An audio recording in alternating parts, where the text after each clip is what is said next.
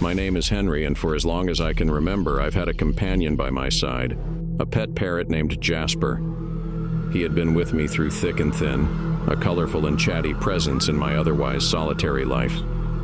But one fateful day, Jasper's ability to mimic and expose my darkest secrets would unleash a nightmare I could never have imagined.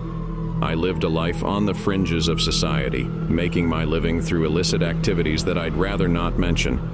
Jasper was my only confidant, a loyal companion who had witnessed my darkest deeds but had never uttered a word to anyone. At least that's what I thought. One evening, as I lounged in my dimly lit apartment, counting the ill-gotten gains from my latest heist, Jasper sat perched on his stand, seemingly engaged in his usual chatter. I paid him no mind, lost in my thoughts of what to do with the stolen riches. As the night wore on, I began to doze off, lulled by the rhythmic creaking of my ceiling fan. It was then that I heard it, the unmistakable sound of my own voice, echoing through the room. "Help! Police! Intruder!" The voice cried out, a perfect mimicry of my own terrified tone during a recent break-in. I jolted awake, my heart pounding in my chest, but there was no intruder in sight, no reason for my voice to be heard. I glanced over at Jasper, who continued to sit on his perch, seemingly unfazed by the strange occurrence. It had to be a trick of my sleep-deprived mind, I reasoned, a momentary lapse in sanity. But the nightmare had only just begun. The following night, as I prepared to meet with a group of fellow criminals to plan our next heist, I heard Jasper's voice again. This time, it was mimicking a whispered conversation I had with my partner in crime, Mickey, about the details of our illegal activities. I froze in my tracks, my blood running cold.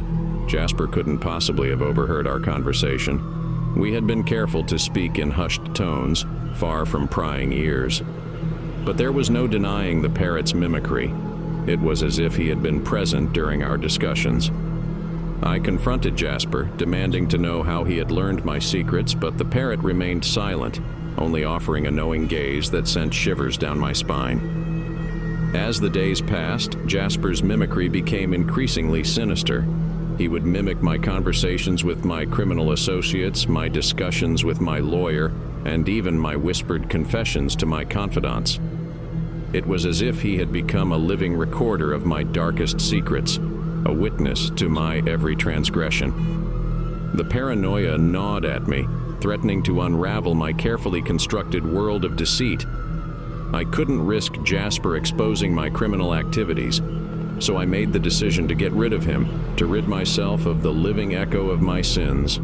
But as I raised a knife to end Jasper's life, the parrot spoke, and this time, it was not a mimicry of my voice, but a declaration of his own.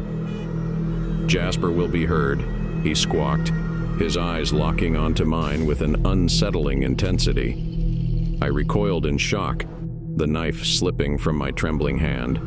It was as if the parrot had become something more than just a mimic. He had become a malevolent force, a guardian of the secrets I so desperately wanted to bury. I locked Jasper in a cage, determined to silence him once and for all. But his taunting squawks and ominous phrases continued, each one a reminder of my impending downfall. The final straw came when I heard him mimic a conversation I had with my lawyer, discussing a plea deal that would implicate me in a long list of crimes. It was clear that Jasper intended to expose me to the authorities, to ensure that my darkest secrets were brought to light. Desperation consumed me, and I knew I had to act swiftly. I made the ill-fated decision to release Jasper into the wild, hoping that he would be lost forever, his secrets carried away by the wind, but I had underestimated the parrot's determination. Days later, as I read the morning newspaper, I stumbled upon a headline that sent a cold chill down my spine. "Crime Kingpin's secret exposed by talking parrot, arrest imminent." Jasper had found his way to the police, and with his uncanny ability to mimic my voice and conversations, he had become the key witness in the case against me. I knew that my world was collapsing around me, that there was no escape from the consequences of my actions. The parrot I had once considered a companion had become my nemesis, a living testament to the darkness within me. As the sirens wailed in the distance, I could only reflect on the irony of my downfall.